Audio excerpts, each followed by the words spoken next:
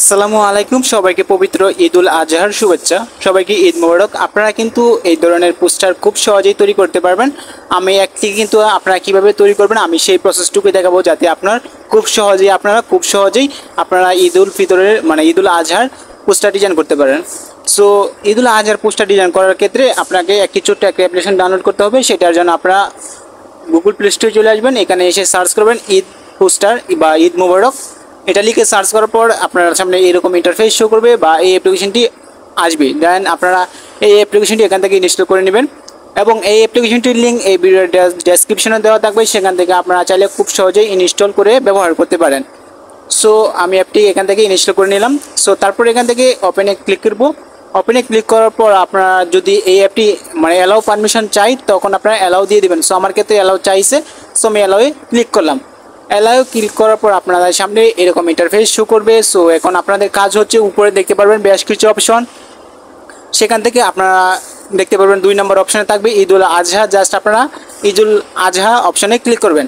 এটাতে ক্লিক করার পর একটি অ্যাড আসতে পারে, একটা দেখে তারপর এখান থেকে ক্রস আইকনে ক্লিক করে দেবেন, কারণ এখানে কাজ করতে গেলে আপনাকে একটু অ্যাড দেখতে হবে, কারণ এটি হচ্ছে একটি ফ্রি অ্যাপ বা প্রিমিয়াম কাজ করতে গেলে আর কি। সো আমি এখান থেকে অনেকগুলো টেমপ্লেট দেখতে পাচ্ছি, আপনার যে টেমপ্লেটটা পছন্দ হবে সেই টেমপ্লেটে আপনি ক্লিক করবেন। সো এখানে অনেকগুলো টেমপ্লেট আছে, আপনার যেটা পছন্দ আপনি সেই টেমপ্লেটেই ইউজ করতে পারবেন এখান থেকে।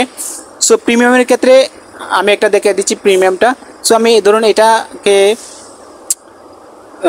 সাজাবো আর কি। আমি এটাতে ক্লিক করলাম। এটাতে ক্লিক করার পর আনলক প্রিমিয়াম, জাস্ট এটাকে একটি অ্যাড দিতে হবে। অ্যাডটা দেখা হয়ে গেলে তারপর এখান থেকে ক্রস করতে হবে। তারপর এখান থেকে ওপেন নাও এটাতে ক্লিক করতে হবে। এটাতে ক্লিক করার পর গ্যালারি এটাতে ক্লিক করব। তারপর আমাদের ফাইল থেকে একটি ছবি সিলেক্ট করব। তারপর এখান থেকে ডোন্ট ক্রপ।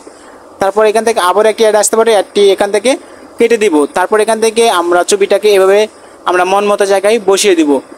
সো ওকে, আমি আমার মন মতো জায়গায় বসিয়ে দিলাম। তারপর নিচে দেখতে পাবেন 2টি অপশন, আপনার নাম লিখুন। সো তারপর এখান থেকে আমি আমার নামটা লিখে দিব। সো আপনার নামের উপর এটার উপর ক্লিক করব। তারপর এখান থেকে সবগুলো কেটে দিব, দিয়ে আমি আমার নিজের নামটা লিখে দিব। সো আমার নাম হচ্ছে তৌহিদুল ইসলাম হৃদয় সুলতান। সো আমি এখান থেকে তৌহিদুল ইসলাম সুলতান আমি এখানে লিখে দিচ্ছি।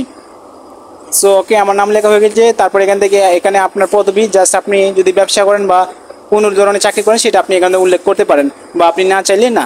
সো আমি এখান থেকে লিখে দিচ্ছি ইউটিউবার, জাস্ট এটা লিখে তারপর এখান থেকে অ্যাডে ক্লিক করে দিব। সো ওকে, অ্যাডে ক্লিক করলাম। তারপর এখান থেকে এই ছবিটাকে সেভ করতে হলে আমাদের উপরে দেখতে পারবো সেভ আইকন, উপরে একদম উপরে সেভ আইকনে ক্লিক করব। তারপর এখান থেকে আবার একটি অ্যাড আসতে পারে, ক্রস করব। তারপর এখান থেকে আমরা আমাদের ফাইলে গিয়ে যদি দেখি ছবিটা কিন্তু খুব সহজেই তৈরি করা হয়ে গেছে। এভাবে কিন্তু আপনারা খুব সহজে পোস্টার ডিজাইন করতে পারেন ঈদুল আজহা। সো ভিডিওটি যদি ভালো লেগে থাকে তাহলে অবশ্যই চ্যানেলটি সাবস্ক্রাইব করুন আর ভিডিওটি অবশ্যই একটি লাইক করে দিবেন।